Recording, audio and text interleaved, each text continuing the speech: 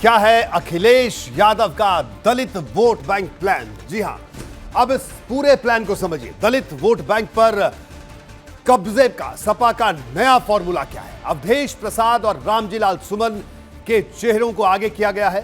2022 में सपा ने लोहिया और अंबेडकर वादियों को साथ लाने की मुहिम शुरू की है। सपा ने अंबेडकर वाहिनी नाम से नए संगठन की भी घोषणा की 2021 में, और 2022 के विधानसभा चुनाव में सपा का वोट बढ़कर करीब 32% तक पहुंचा। 2017 के विधानसभा चुनाव में सपा को मिले थे करीब 22% वोट। 5 साल के भीतर वोट बैंक में 10% से ज्यादा का उछाल समाजवादी पार्टी के आया। लोकसभा चुनाव में यही रणनीति अपनाने की तैयारी समाजवादी पार्टी कर रही है और इसलिए नेताओं को आगे कर रही है।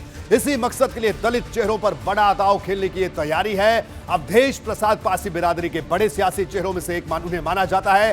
रामजी लाल सुमन जाटव समाज से आते हैं और यही वजह है कि इन दोनों नेताओं को आगे किया जा रहा है। दोनों जातियां दलित राजनीति पर गहरा असर रखती हैं। पुरानी पीढ़ी के दलित नेताओं के साथ युवा नेताओं पर भी दांव लगाया जा रहा है। गोरखपुर में ब्रजेश कुमार गौतम को पार्टी ने जिला अध्यक्ष बनाया है।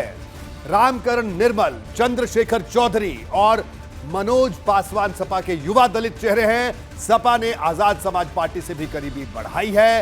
रामपुर उपचुनाव में आजाद समाज पार्टी के चंद्रशेखर ने भी प्रचार किया था और खतौली में भी। रामपुर में चंद्रशेखर अखिलेश यादव के बगल में बैठे दिखे थे। खतौली उपचुनाव में आजाद समाज पार्टी ने दिया था सपा और राष्ट्रीय लोकदल को समर्थन। लोकसभा चुनाव में भी सपा राष्ट्रीय लोकदल के साथ दिख सकती है आजाद समाज पार्टी। तो यही है समाजवादी पार्टी का यानी अखिलेश यादव का दलित वोट बैंक का प्लान। अखिलेश यादव चाहे विधानसभा हो या राष्ट्रीय कार्यकारिणी की बैठक, इन दोनों सपा के महासचिव अवधेश प्रसाद उनके साथ ही साए की तरह दिखते हैं। भाजपा पर हमले का मौका हो या पार्टी की रणनीति तय करने का, हर मामले में अवधेश प्रसाद की बड़ी भूमिका है। इसलिए यहां दलित नेता अवधेश प्रसाद के बारे में जानना बेहद जरूरी है। ये जल्दी से मैं आपको बता दूं कि अवधेश प्रसाद आखिरकार कौन है। जी हां, आप देखिए इन तस्वीरों में आप भी देख सकते हैं कि अखिलेश यादव के बगल में आप देख सकते हैं, अखिलेश यादव के बगल में जो बैठे हैं लाल टोपी पहने अवधेश प्रसाद ही है। विधानसभा में इसी जगह पे वो बैठ रहे हैं। देखिए 9वीं बार के विधायक हैं। अयोध्या जिले के मिल्कीपुर सीट से आते हैं अवधेश प्रसाद, जहां से विधायक है। अपने क्षेत्र में बेहद लोकप्रिय हैं, समर्थकों के दुख सुख के साथी हैं, ऐसा उनका कहा जाता है। उनके क्षेत्र में दलित वोटरों के बीच मजबूत पैठ है। अनुसूचित जाति के पासी समाज से आते हैं और पूर्वांचल और अवध में पासी समाज का मजबूत वोट बैंक है, ऐसा माना जाता है।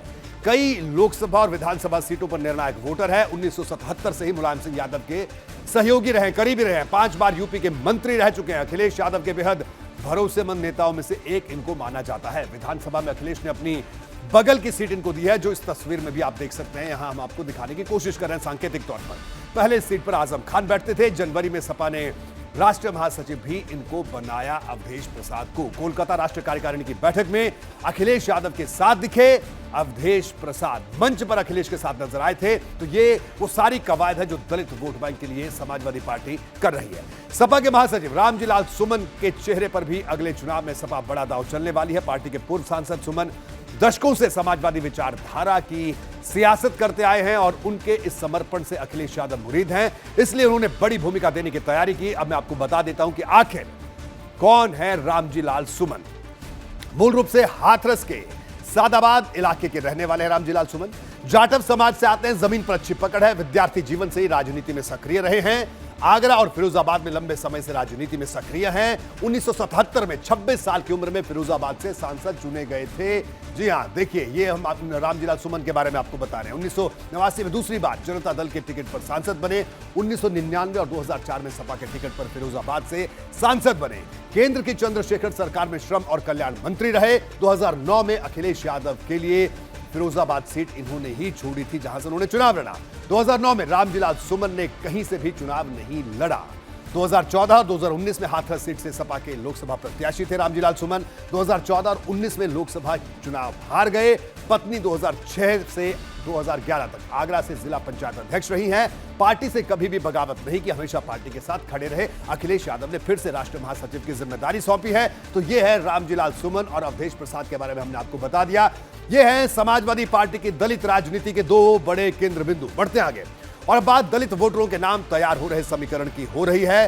तो हां, यूपी में दलित वोटरों की ताकत को समझना बेहद जरूरी है। जल्दी से मैं आपको बता दूं, यूपी में दलित वोटर की ताकत को समझिए आप। जाटव 11% है, पासी 3.5%, कोरी 1%, धोबी 1%, खटिक, धनगर वाल्मीकि और अन्य 4.5%। इसी समीकरण की वजह से समाजवादी पार्टी की राष्ट्रीय कार्यकारिणी में इस बार 6 दलित नेताओं को जगह दी गई। अवधेश प्रसाद, रामजीलाल सुमन, इंद्रजीत सरोज महासचिव बनाए गए हैं। तो यह है उत्तर प्रदेश में दलित राजनीति का समीकरण, जिस समीकरण को साधने में सपा जुटी है।